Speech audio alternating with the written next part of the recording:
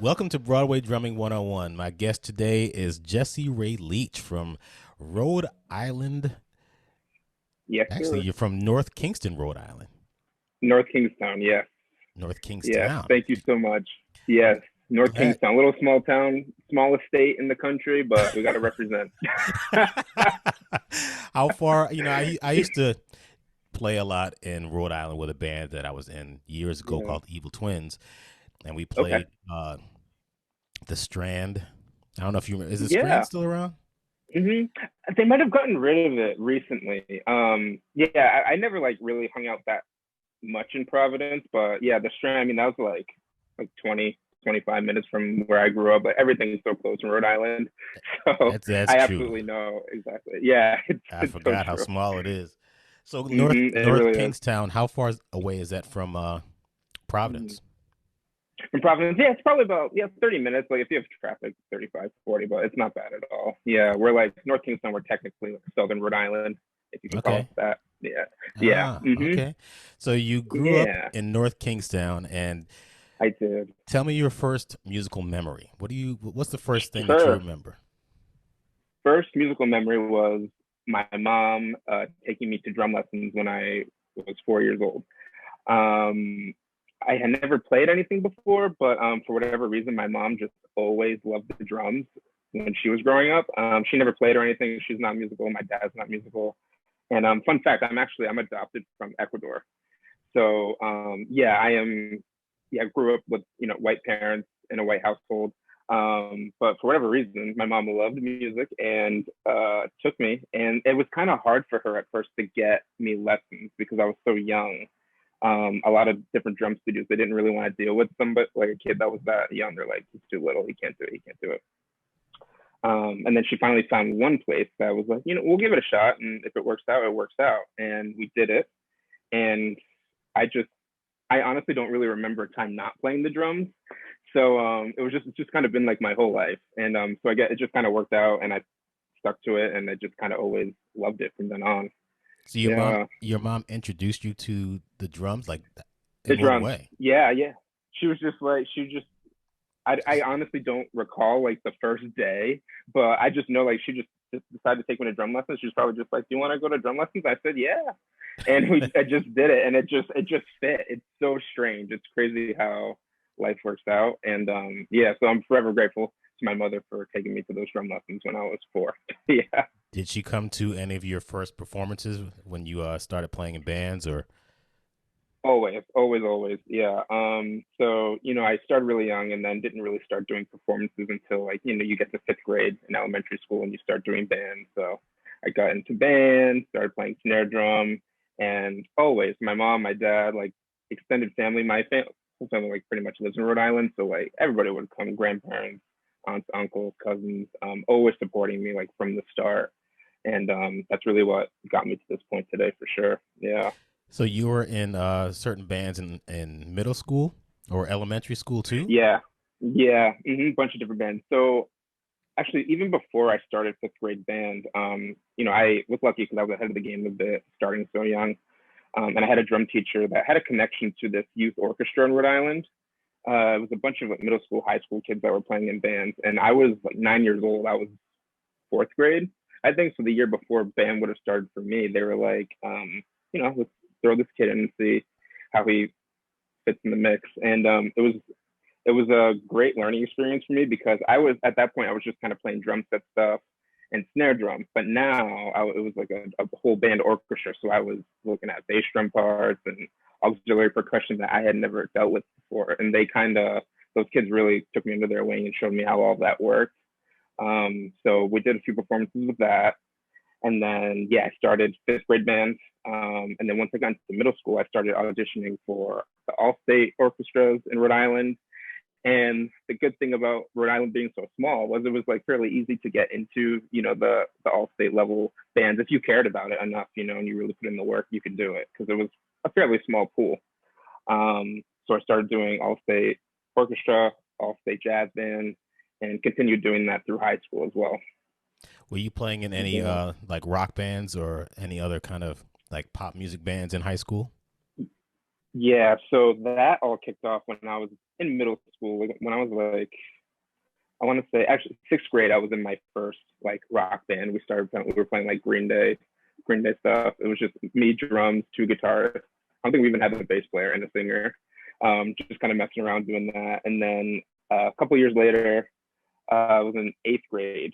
I got into like my first serious band, and yeah, we were playing like a lot of like pop punk music. That was really my thing back then. That what really gave me the drive to play drums. I love the energy of pop punk music. So we were playing Green Day in that band too. This band called Paramore. That's my favorite band. Oh yeah. Actually, I have a Paramore tattoo. Like the whole thing. Like My Chemical Romance. We would play all that stuff, and yeah, that really helped develop my playing in a way that lessons couldn't really do for me, because it was really cool to be able to play with friends and be in a room with them and just kind of play something that we loved. And I remember watching, there was a Paramore DVD that was basically a documentary and performance type film. And I would just be glued to the TV watching that, like watching the drummer. His name's Zach Farrow, one of my favorite drummers. And I would just watch it repeat, repeat, repeat. And then I would like learn how to play his little nuances. I was like, this is the first time I was, listening to the record and then seeing him play it live. And I was like, okay, so he's kind of like switching it up a bit live and, throwing these little nuances here and there. I want to learn how to do that. So that's kind of what took me out of just reading music and using your ear and just kind of like learning to be more creative with playing the drums. So yeah, that was a huge part of my upbringing in music for sure. So who introduced you to the pop punk scene? Yeah, it was really just friends. Like I remember we would make little mix CDs. This is like before, like right when iTunes was starting to become popular. It wasn't really a thing yet. So we would like rip songs off of, it was called LimeWire. Yeah, I like remember LimeWire. Yeah, LimeWire. Yeah. I had so many MP3s. I gotta tell you a little story. Yeah. I had so many MP3s on an external hard drive, and I was going to transfer all of them to another one, which was newer. Yeah. And I was about to transfer, and I was going to format the new hard drive, but I formatted the old one, and I got rid of 70,000 MP3s, just gone. My heart was like, oh my God, no. I did not just do that. I did not just do that. Oh no. Yeah. So all those my God. what was it called again? The format LimeWire was on. What was those LimeWire, yeah. What were they called again? I can't remember those websites. Right.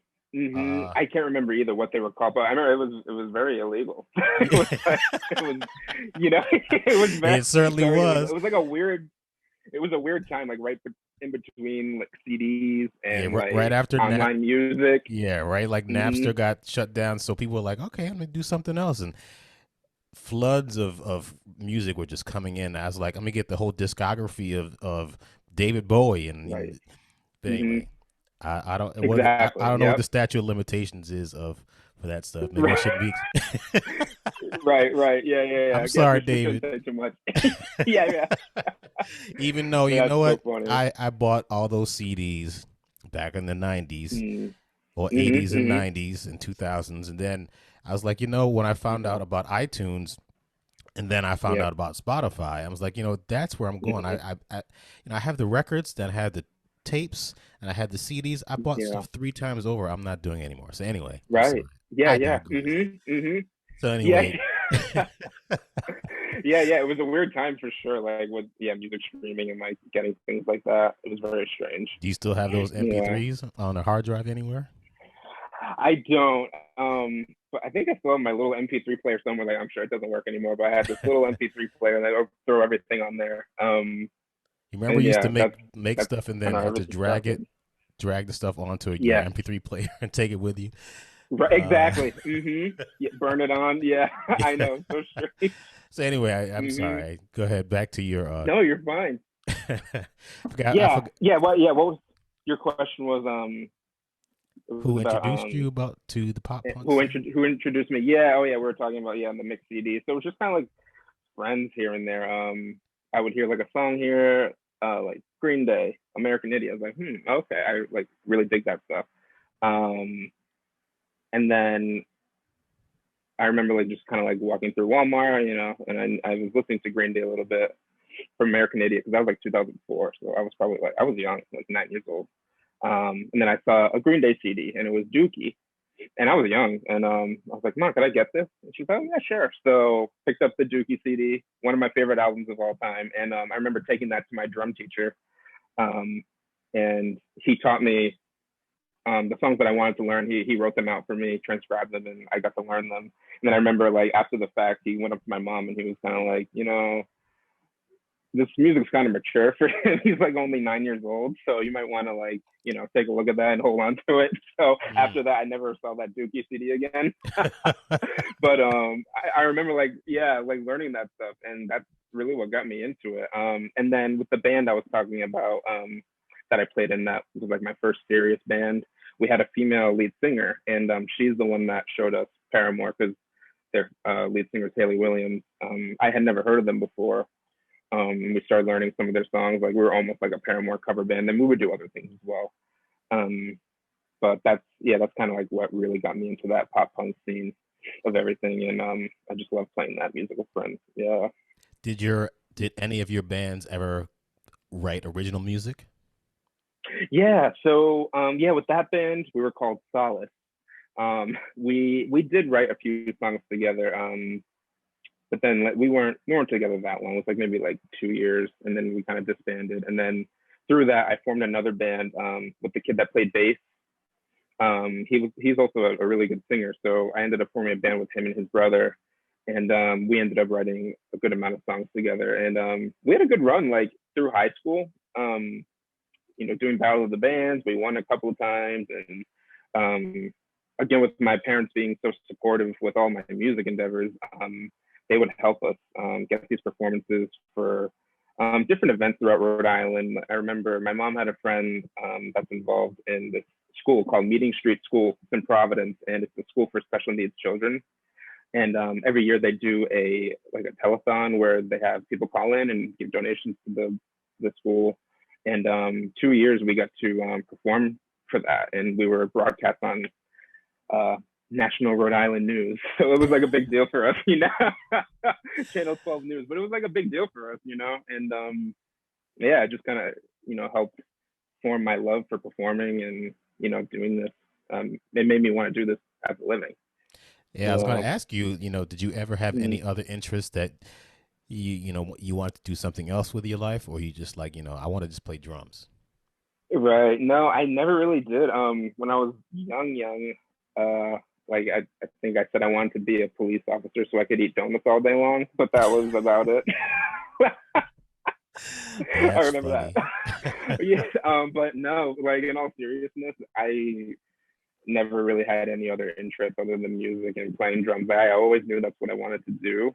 And I had questions about like maybe like being a band director, things like that. But like I once I was in like middle school, high school, I kind of made up my mind that I wanted to do something that had to do with music as a living. Did you want to be in a band like Paramore or Green Day, or you said, you know what, I want to play Broadway musicals one day? Right. Yeah. So that's funny. Broadway didn't cross my mind like as a job until like really like my senior year of college. I just knew that I wanted to play drums. It's weird. Like now that I think back at it, like I was looking at colleges and, you know, I want to go to school for drumming. But like, I just wanted to play. Like I didn't know who I wanted to play for, what I wanted to play for. I just knew I wanted to play drums for a living. I didn't really care.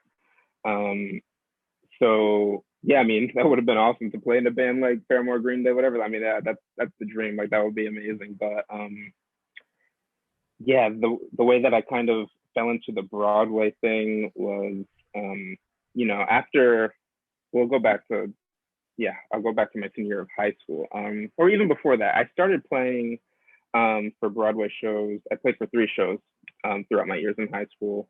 I remember my freshman year they did Pippin, but I couldn't play for it because there were 2 older drummers that had seniority over me. And then my sophomore year, I got to play the percussion book for West Side Story, which was absolutely insane. Absolutely loved that show, but that book was crazy. I definitely faked my way through that as a little sophomore, but it was a lot of fun. It was so much fun. And it. But even at that point, I still didn't really, it didn't really compute in my mind that, oh, this isn't something that real people do as a job. And then next year, I think we played, it was Footloose, and I got to play the drum set chair. It was a lot of fun. And then the next year, I played the drum set chair for Guys and Dolls, which was also a lot of fun. And for all three of those shows, I had a blast. And I think those were like my favorite performances of the school year with the musicals. But it still didn't register in my mind that this is a real job. And then as I was going through college, my freshman year. So tell me why you chose the University of Rhode Island and, right. So, and not someplace else. Yeah. Yeah, well, I didn't really. So I ended up like having to go there because the only schools I auditioned for were 3 schools here in New York. And now it's very strange again, because at this point, like I said, Broadway wasn't even a thing on my mind at this point. I just always loved New York and I wanted to be there. I knew they had a great music scene. So I was like, this is where I want to go to school. So I auditioned at NYU, Manhattan School of Music, and the New School. And then my parents were like, you have to submit for URI too, just because like, it's here, and I think they were like, I was very involved in the music scene in Rhode Island. So I think I was given like a few little scholarships here and there to URI. So they were like, you need to apply here as well. So I did. And that was it. I didn't get into NYU. I didn't get into Manhattan, but I got into the New School. And I was so excited. I wanted to go so bad. And I was going to go in for jazz. But it was just so expensive that like we just couldn't do it. It was ridiculous. Like I would have walked out over $200,000 in debt. And like there's just no way possible. So I was heartbroken, but understood obviously because that's insane. So I ended up having to go to URI, and I was not very happy with that decision, or that circumstance, because I just kind of wanted to get out of Rhode Island. I had been to URI so many times for different music competitions and whatnot.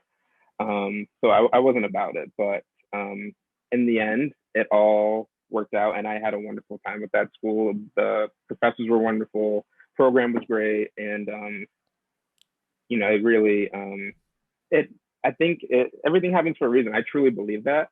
And during my time at URI, right after high school, I actually got hired to play for this theater in Rhode Island called the Newport Playhouse. So if I ended up going somewhere else, I would have never had that experience. So this was one of the little gateways that kind of sparked my interest in theater a little bit more. I was like, okay, this is cool. So the way this worked out was it's kind of like a dinner theater in Newport, Rhode Island. If you've ever been there, it's beautiful, right on the water. They do a buffet for dinner. Then you go into another room and you watch a play. And then you come back and there's a cabaret. And that's where I would play, would be a drummer, pianist, and then the cast would come up and we would do different songs from different musicals and have different skits in between. So I did that for 4 years throughout my college experience. And I had a blast with that. And a lot of the people that worked there worked at some pretty serious theaters around the country or had done tours before. So I was talking to them about that. And that kind of sparked my interest in Broadway drumming. It's like, okay, so this is something that, I really enjoy. It's something that I could really, put my life's work into. And then as I was going through college even more, I started seeing more shows that were coming through Providence. I remember I saw The Lion King came through. I've always loved The Lion King, so that was huge for me. Wicked came through. I think I saw that twice. And then I remember seeing Rent out of Boston. And that was a show that after watching, I remember leaving the theater and being like, that's what I want to do. That's what I want to do with my life. I want to do that. I'm sure because it was more of a rock show. Right. And that's true. Yeah. The energy of it, everything. I was just like, yeah, that's definitely what I want to do. So that's really what got me into this. Yeah. And still to this day, even though I love Broadway so much, and I'm so happy to be doing this, I would still love to play for, other artists too, like do that type of work, like sideman type work. But who knows? Like I've always just been the type of guy that I just want to play. Man. All right. So here's the scenario. I have a new show. It's going to be running for 20 years. Okay. Or the drummer for Paramore is out, Ooh. and he can't play the next tour. One or the other. What are you gonna do? That's tough. That's a gamble. I'd say you take the Paramore gig because that's the right. I probably would. I would. My I would smart too. mind should take that. Right. Yeah. My smart mind would take that 20 years. I mean, you're all set. But yeah, I would probably take that gig. but you can take the Broadway show and then take off because you can always You're take right. off 50%. Take time off. Best of both worlds. Yes, that's Yeah. one of the great things about Broadway is that you can do that. Right. But exactly. I always wanted to be a rock star, and I had dreadlocks down to my back, and I was cool. Yes. Now I'm all wholesome, and got family and stuff. Right. So. Yeah. But my dream is still to play in a big rock band on a big stage. Yeah. I just want to see what it's like just once. Just once. Exactly. Yeah, me too. Yeah, I just want to like have that experience. Like I don't have any desire to be like famous, like in a famous band, anything like that. I just want to like have that experience, like playing for an artist and like doing that whole thing. It just seems like a really cool, special thing. Were there any people that you played with in high school or college or shortly thereafter where you played in a big venue and actually kind of had that experience? Right. Never really like a huge venue like that. Like that band that I played with in high school, we did pretty well. And like we would, for like outdoor gigs, we would have a good amount of people come just because we had so many like supporters for us, like in our town and, families, everything. So like, we would have really great crowds like that. But I never really played like a big, huge venue like that until like I started playing for like the theater gigs, Yeah. So speaking of theater, your introduction to actually becoming a professional working musician was in 2017? Yeah, 2017, correct. Yes. So I graduated from URI in May of 2017. And I didn't mention this to you before, but so I went into URI as a jazz major. I started doing that. And then I ended up my sophomore year, I really like the end of my freshman year, I ended up switching my mind and be like, you know what, I want to get my education degree, just in case, because you never know in this business. It's so hard. It's so hard, and nothing's guaranteed. So I decided to get that degree just in case, as a fallback, just in case performing didn't work out, and that kind of helped me out because I was able to play drum set and do classical percussion. That really like helps, make me well-rounded. So fast forward, I get my education degree, graduate, and that whole year, my senior year, I was doing a lot of research online, like how to become a Broadway drummer. I was messaging a bunch of different drummers that were on Broadway shows, like on Facebook, just trying to get, advice, like how do you do this, blah, blah, blah. And then I came across the Playbill website, www.playbill.com. And I noticed that they do have a job section there if you look, and if you scroll down, there's a musicians category. So I found that, and I was looking through that, just kind of like refreshing it. Like every now and then they'll post things where people are looking for musicians, and I knew going into this that usually with Broadway drumming, it's about the connections you make and who you know. And I obviously didn't know anybody at that point, so I was just kind of looking, doing my research. And I saw that there were a few postings for non-equity tours looking for musicians. It was like the Dirty Dancing tour was going out. There was another one, and it was in Motown was going out. And I saw that like shortly after I graduated. So I was like, oh, okay. And it was all online auditions. So I didn't have to be in New York. I was just in Rhode Island. So I was like, okay, this is perfect. So I submitted for all three of those, just kind of recorded myself with my GoPro, and I had a little 4-track Tascam interface that I would plug into my computer and just record through GarageBand. So I did that, sent away the audition material. I never heard back from the first two, but then I got like a call back, if you will, from Motown. So the first round of the audition was basically they just wanted to see like some examples of your playing. So I sent them a few different styles. And then for the callback, they sent like 3 tunes from the show, and they wanted me to record that. So I did that, and I recorded it over the Broadway recording, I believe, sent that to them, and they liked it, but they wanted me to play to a click, like just click with the music. So did it again, since it was just a click. Then after like it was like 2 months of waiting, I was like, oh, I'm never gonna hear back from them. And then I got an email saying that you're hired for the show, and I was freaking out because this is like literally right after I graduated college. Like I felt very, very, very lucky. And that's exactly how I got my foot into that door. And then that September we started rehearsals in New York. Yeah, that's great.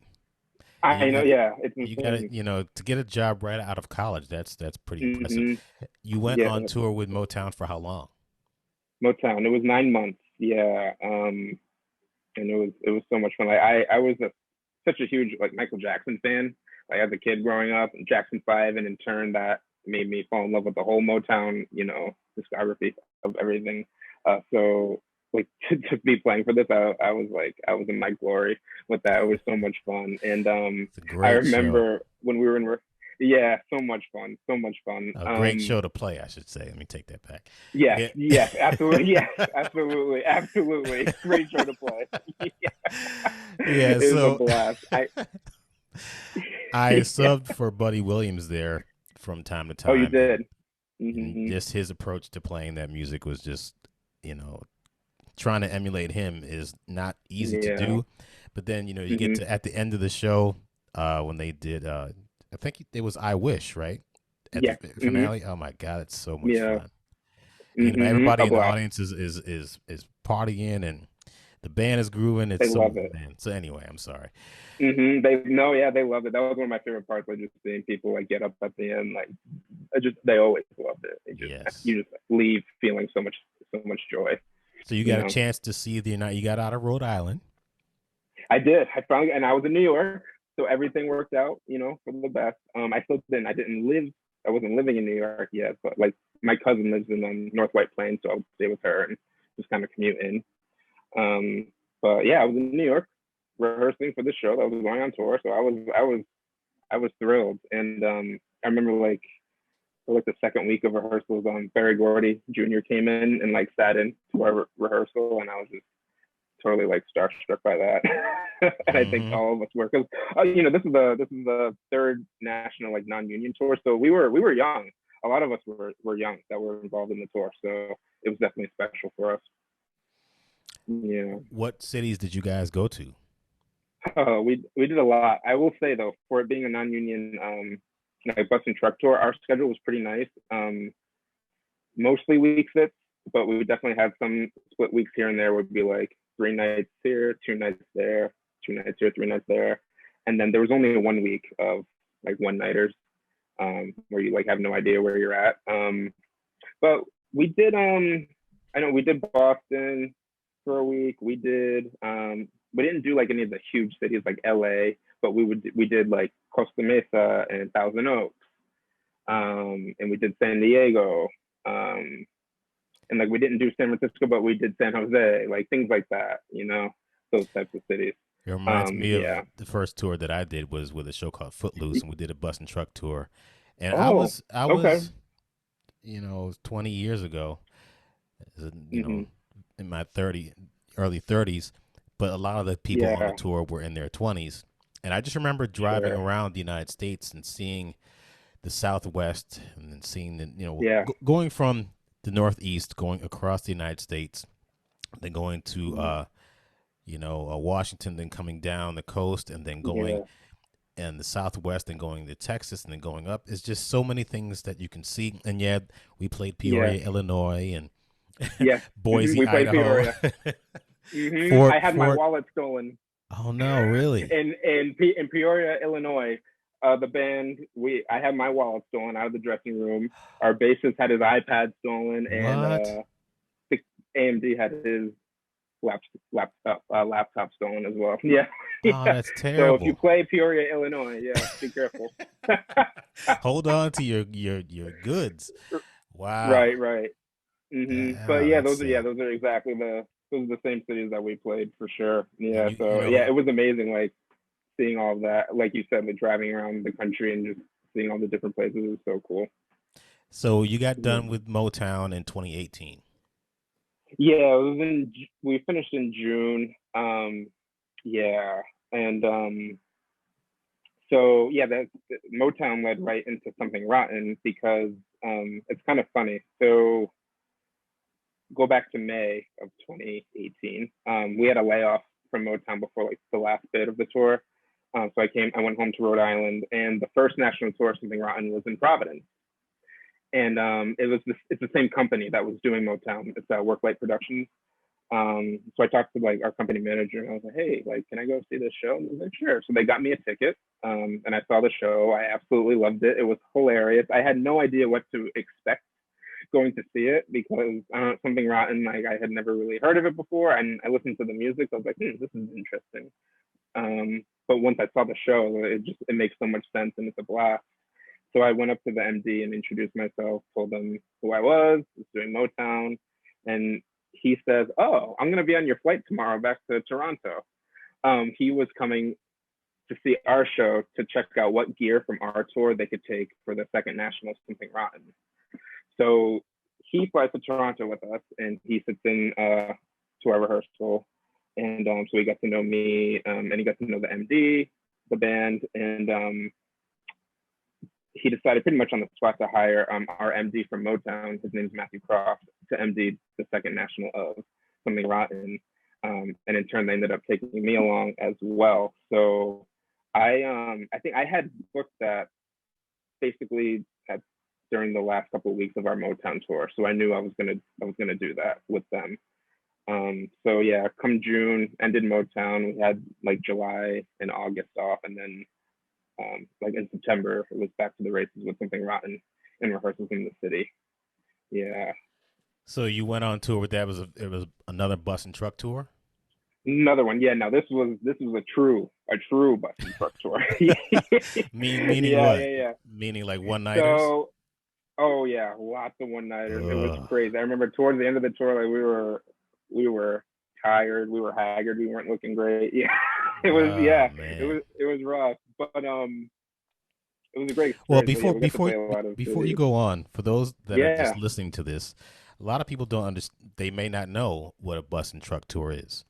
Sure. Tell people that are listening or watching what a bus and truck tour is, and how does it work as far as the drums going from place to place. Now, did you have to set them up? And so tell me how it all works. Yeah, sure. So bus and truck tour, basically it's non-union touring. So it's much lower budget than a union tour, equity tour, if you will. And typically your schedule is pretty scattered and sporadic. You're not going to be sitting in a city for a month. You're not going to be sitting in a city for like rarely 2 weeks. So usually you'll be, go to a smaller town, play it for 3 nights, and then pack up your stuff, go to the next city for the next 2 nights, and you're just bouncing around. And as far as the band goes, for these tours, we had the props department would set up my drums roughly, and then I would just have to go in before sound check, fix everything, make it nice, and then that was it. And then end of the show, when you're packing up from that city, I would have to put the drums away, just because props, they have so much to do afterward, tearing down the stage as quickly as possible. So you have to put it all away. So with the Rotten tour, it was a lot of set up, set down for sure. But it was good. And there was also like a pit rat that we called it for Motown and Something Rotten. So for Motown, it was our bassist. He would come in before sound check, and he would help set up the keyboard rigs, the pedals, and make sure his rig was all set, and that we had our stands and music were all set. And that was my job for the Something Rotten tour. So I had a lot of fun doing that. Yeah, learned a lot about like main stage and like hooking everything up for keyboard players. So that was a cool experience. Giving me flashbacks, man. Right? Yeah. You get there and the times are like this. Exactly. Yeah, you're like, okay, well, yeah, exactly. But you kind of understand that they're running around doing a bunch of things, and you kind of give them a little leeway. They're doing, oh my gosh, they're doing so much, and that you don't realize, like, they're at the theater, like they're not sleeping. Right. They're on the sleeper bus, like they're arriving at the theater like 6 a.m., getting up, and like all day they're setting up, and like, so it's just definitely understand like where they're coming from, and like I never minded. One thing about those tours, kind of got to have equipment that's going to be durable. Now, what equipment You did you do. use? Yeah. So for those first two tours, Motown and Rotten, the company provided drums for me, so I didn't have to take my personal. They had a kit that I guess came from whatever tour that was before Motown. They used the same kit for Motown and Rotten. It was a Pearl reference 5-piece kit, so it was a great kit, great kit. And for the first tour, they provided cymbals too. It was like Zildjian Dark K's I was using for Motown. Really great kit. And they had 2 big drum cases for me. So I would just have to like flip them in there, put the hardware in, close them up, and then the crew would take care of rolling that on the truck. So I never had to deal with any of that. And then for the Rotten tour, I ended up taking my own cymbals, but that was it. I just had my big cymbal bag and would put it in there, and they would take care of it. Do you have a Yeah. hard So case yeah, or a absolutely. soft case? Okay. Hard case. Yeah, definitely need a hard case for these tours because there's just so much being thrown onto these trucks, but you have no idea where it's going, how it's being placed. So always hard case is the way to go. Yeah. Mm-hmm. After Something Rotten, you got Yeah. Summer. Yeah. Same So company, or rotten, how'd that all happen? different company. Yeah. So all of it's all connected. Yeah, something rotten was like a 10-month tour. And then actually it was during Rotten. I want to say it was like in the springtime. I got a phone call. We were playing a show, and I got this phone call from New York. So I saw my phone on the side ring. I was like, I wonder who that is. And this person left a message. So I remember it was like between scenes, there was a bit of a dialogue scene. So I listened to what the message was, and it was John Miller asking me if I would be interested in playing for the Donna Summer musical. And I like totally freaked out. I was like, yes. And the way that my name got to him was that MD from the first National Symphony Rotten. His name's Brian Kennedy. He was talking to Miller, I guess, and was throwing some names out there, and he like kind of vouched for me and sent him my information and said, "This is Jesse Ray." Sent him my email, my number. And I think I had reached out to John as well a while before that, but I'd never heard anything back. And I figured as much because he's so busy and is dealing with so many people. But I guess the connection between Brian and maybe me reaching out to him, he decided to take a chance on me, I guess. So that's how that all came about. So I accepted that. And yeah, we stopped Something Rotten in, I want to say it was like, I think it was July 1st we were done. I had July and like the first 2 weeks of August off, and then we started mid-August of 2019. Yeah. So before we get to 2019 and something that happened in 2020, we met and you came to see Ain't Too Proud. Actually, it's funny. Yesterday, I was looking at my phone and I got a memory pop up. Exactly 2 years ago, yesterday is when I met you and sat in the pit. Really? Yeah. Wow. Yeah, it was September 13th. Mm-hmm. That's fascinating. Now, I know we have a connection not only because I did a lot of stuff in Rhode Island, but I can't remember how you know Parker Reed, right? Right. So yeah, you're right. So my senior year of college, like I said, I had switched to music education. So my last like 2 months of my senior year was student teaching, and I was student teaching at Barrington High School, where Parker is a student. So yeah, I was like his student teacher for a couple of months, and yeah, I remember. I remember working with him, and then the year after I did Motown, the teacher I was teaching with, her name's Barbara Hughes at that school. She reached out and was like, "Parker's interested in Broadway drumming. Like, we'd love to talk to you if that's possible." So I met with him for lunch one day, and yeah, I can't remember how I brought that up to you, but yeah, you know his father, right? That's correct, and that's so funny. known Parker. The band that I played with in Rhode Island was Evil Twins, and Oliver Reed. Okay. Oliver Reed was the guitarist.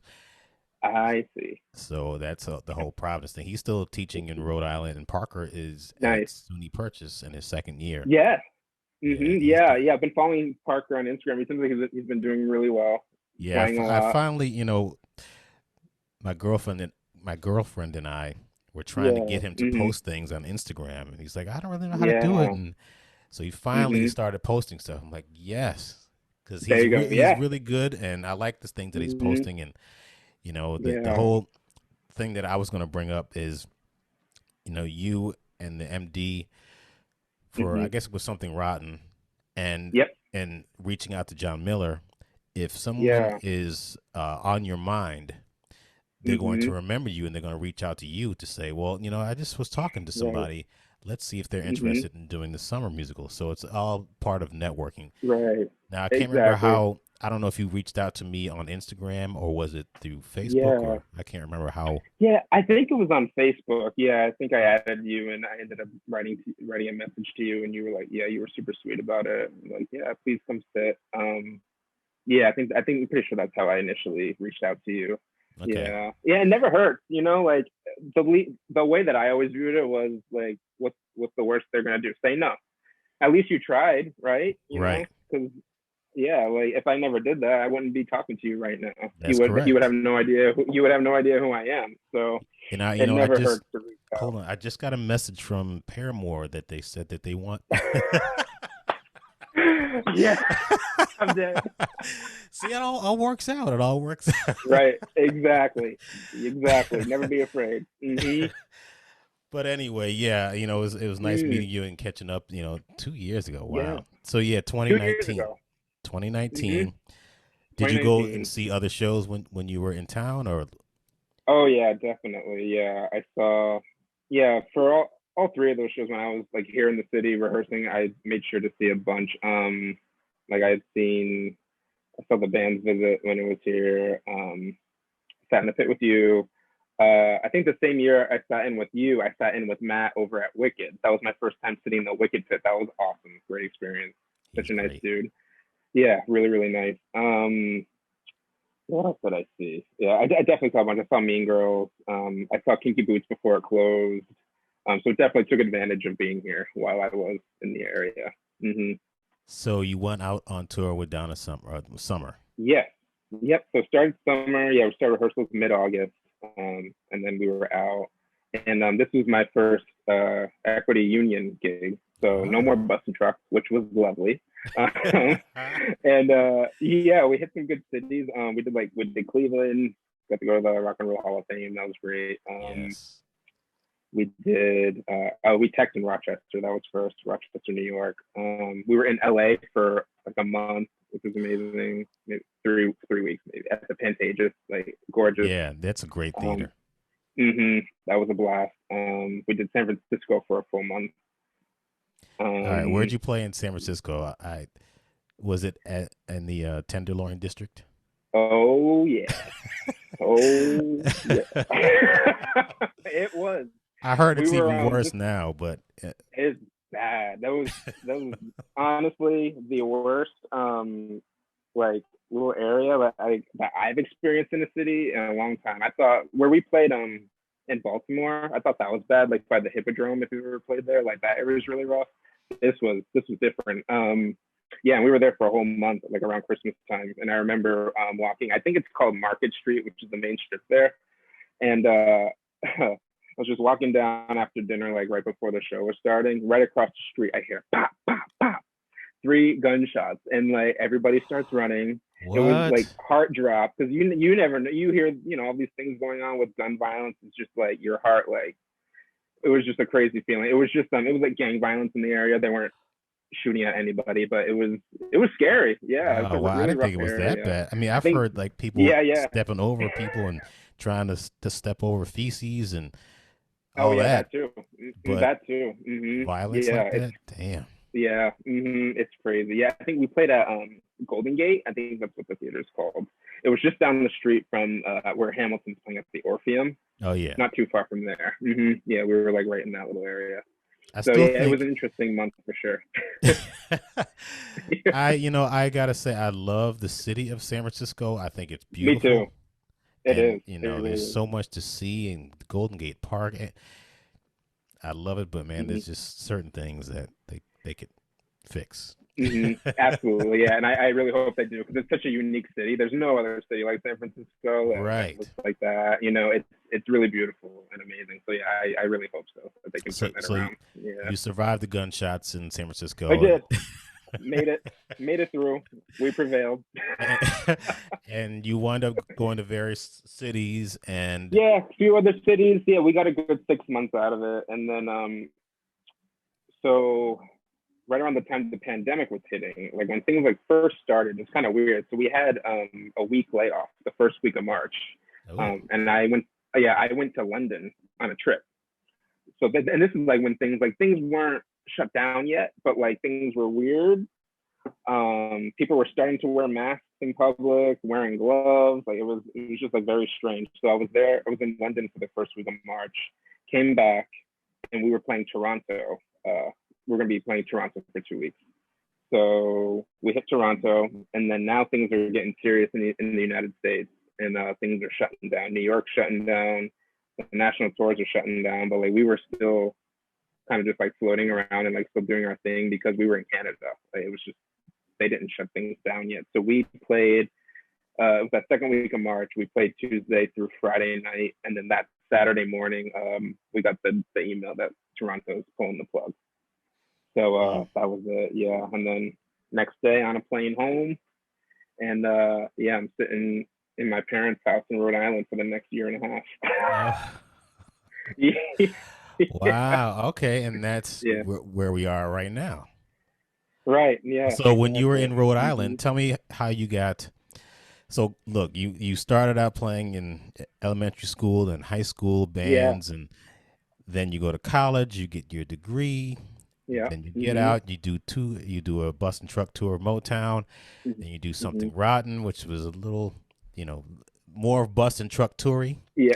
Then you get a 100%. Real gig, a real equity gig with Summer that's like, okay, it's getting better and better. Then stuff happens like with all of us, and you go back home. Yeah. Then you move to the next level. Tell me about this K-pop thing.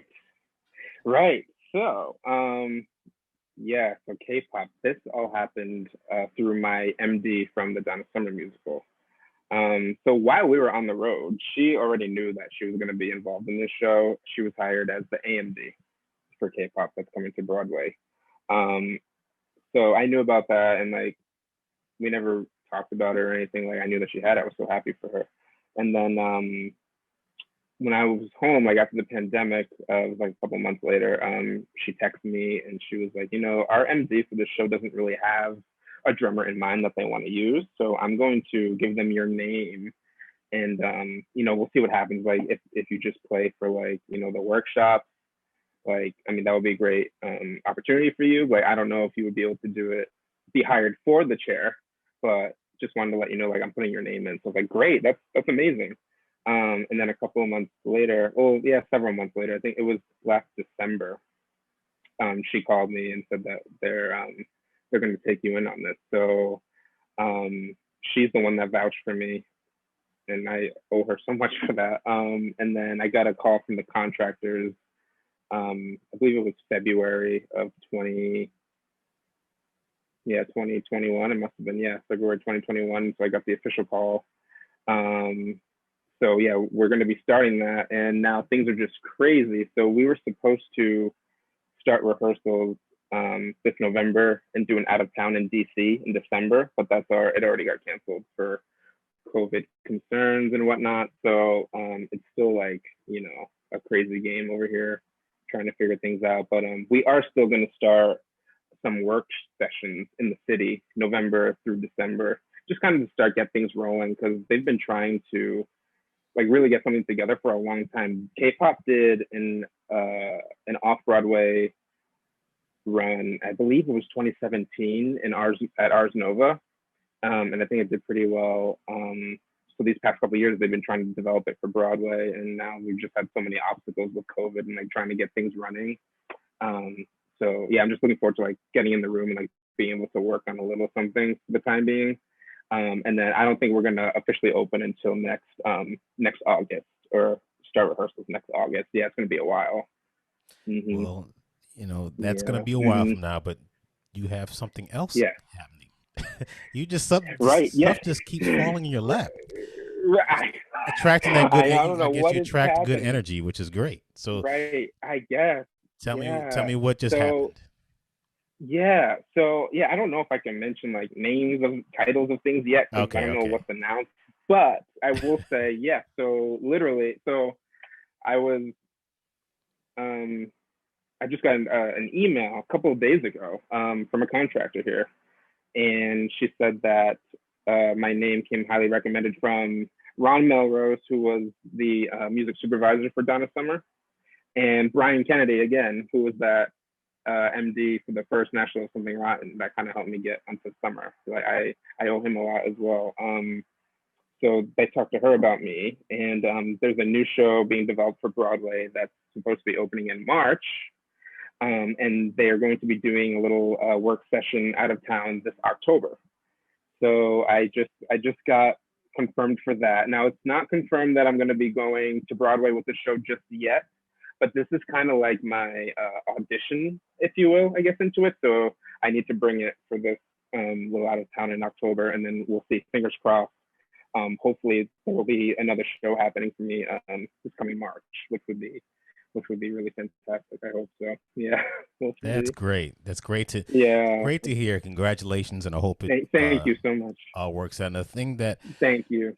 you'll probably be able to Mm-hmm. take away from a lot of the interviews that I do on this podcast is that Mm-hmm. drummers generally are connected to music directors, Yeah. and you tend to go from show to show to show with them. And that's Right. kind of what Mm-hmm. happened with me with Yeah. Kenny Mm-hmm. Seymour and doing Memphis Yeah. Yeah. and now Mm-hmm. Ain't Too Proud and hopefully some other Right. things.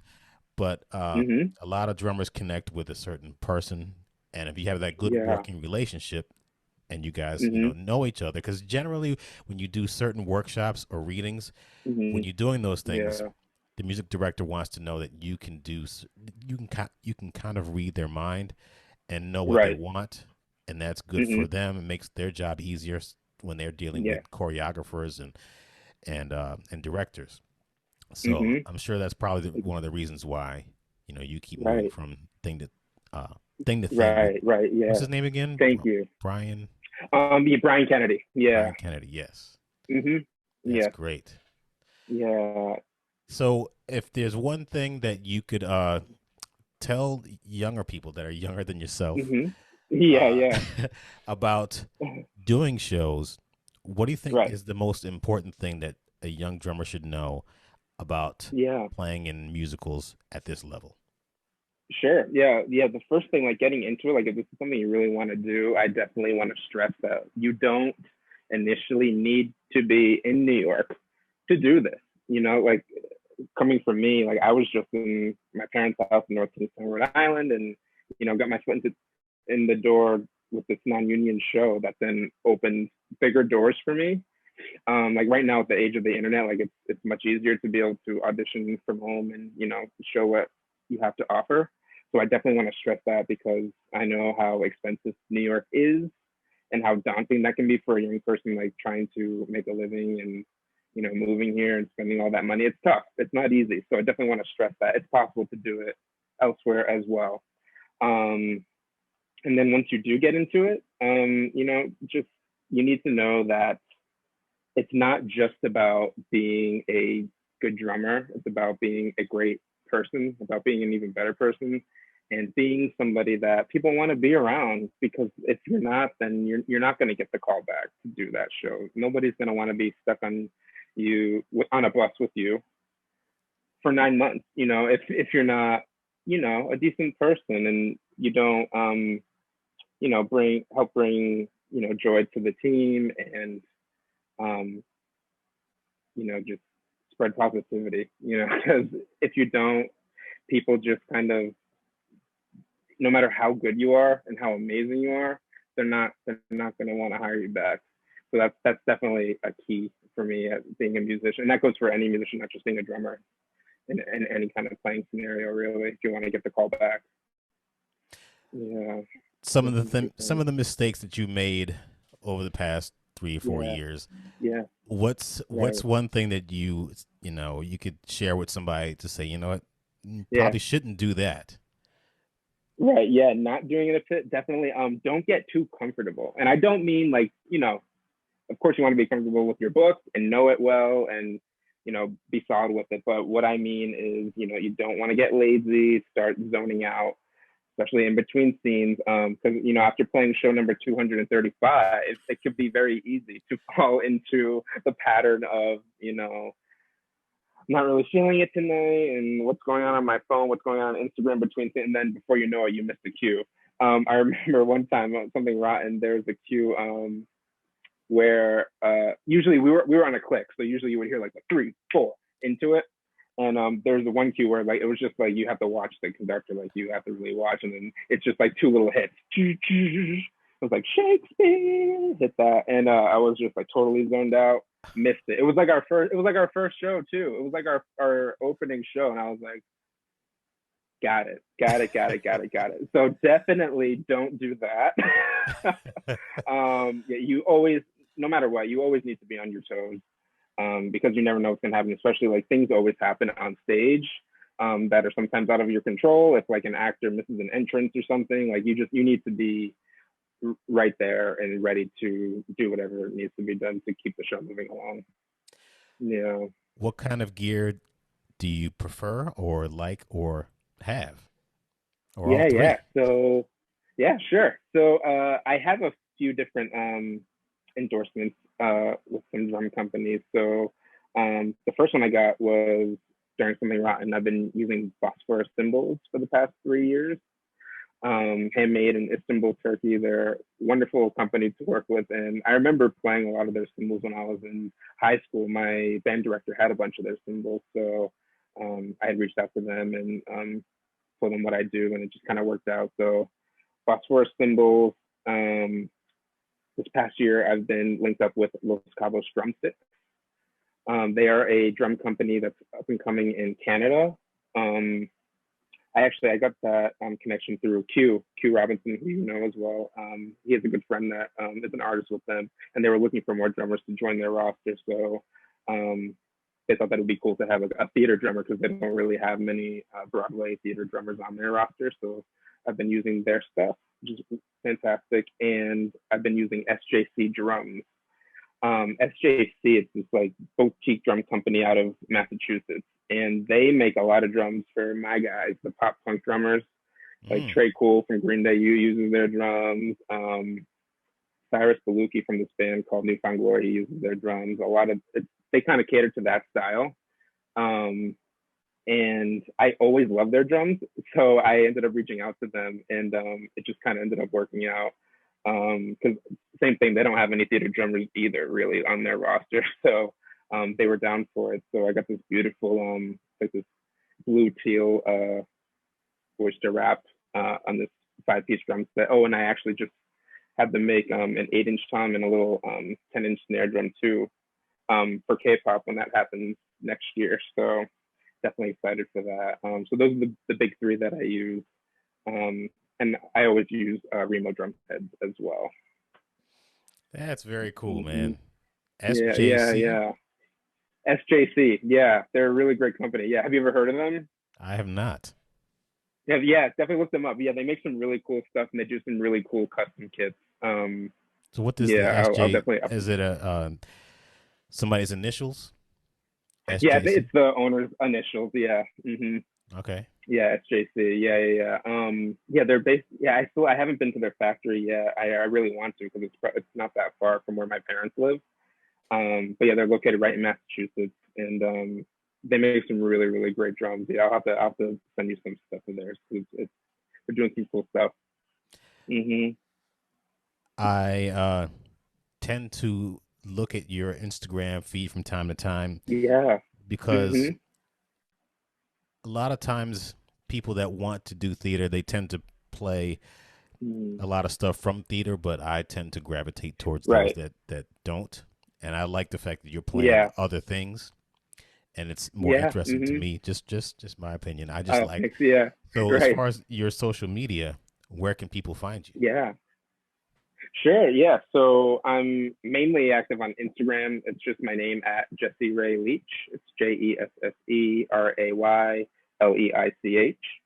And then also, I'm on Facebook too. You can just look at my name, JESSE-RAYLEICH. Those are the two that I use. I have a Twitter too, but like I'm not really active on there. So definitely, if you want to reach out, Facebook or Instagram is the way to go. And I do have a website as well. It's www.jesseraydrums.com. No TikTok? Yeah. No TikTok. I do have a TikTok, but I'm not really active on it. Yeah, I tried to put some videos on, but I don't know what it is. Like I can't get into it like these other people are doing. Like there's some amazing stuff on TikTok. Like I've seen some great drummer videos on TikTok, but I just like couldn't figure out that algorithm. So I was just like, I'm gonna stick to Instagram. Like that's what, just throw up the video, do it. But I mean, yeah, there's some really cool things that drummers and musicians are doing on TikTok for sure. Snapchat? Not for me yet. Snapchat? No Snapchat. Yeah. My kids try to, they don't really keep me up with all this stuff, but I try to look at TikTok, and I'm too old for Snapchat. And even for TikTok, it's really not for me. You got to do so much in order to like get people's attention. I don't have the time to put 1 second videos, and I'm like, you know what? That's the thing. You need to find something that's like really creative and like that's gonna catch, like in order to go viral if you want to get to that level. Yeah. It's kind of funny actually. One of the actors from our Something Rotten tour, he is super TikTok famous right now. I don't know if you've seen him. It's this guy. He has a mustache, but he'll dress up and do scenes from movies, like do full scenes from movies, like just him. He'll have the outfit on, then he'll be in another outfit. Like it's incredible what he does, but he is absolutely TikTok certified famous now. So funny. Well, you're going to be certifiably Broadway drumming 101 famous. Yes, sir. And Broadway famous. Congratulations to hopefully your new endeavors, and I hope thank you so much. The new thing that comes in March is going to be a smash, and you're on the show. Thank you. And thank you. Me too. I hope K-pop runs for 20 years. Yes, that would be that's the dream. And then in between, you're gonna have your own punk pop thing. Right. Yes. You're getting tickets, VIP treatment, all of it. Me in the front row, like, yes. Yes. Thank you. Well, thank you very much, Jessie Ray. Do people call you Jessie or just Jessie Ray? Of course. Yeah, Jessie Ray. Yeah, either one. Totally fine. Well, thank you, Jessie Ray, for being a part of Broadway Drumming 101. Thank you. Definitely reach out to Jessie Ray for more of and check out his social media. He's a great drummer. He's fantastic, great person, as you know right now. And thank you. We will definitely be talking soon. Yes, please. That sounds good. Thank you so much for having me. This is my first podcasting experience, and you made it really, really fun. So I really appreciate it, Clayton. Thank you for being here. Of course. Thank you. We'll talk soon. Sounds good. All right. Bye. All right. Bye.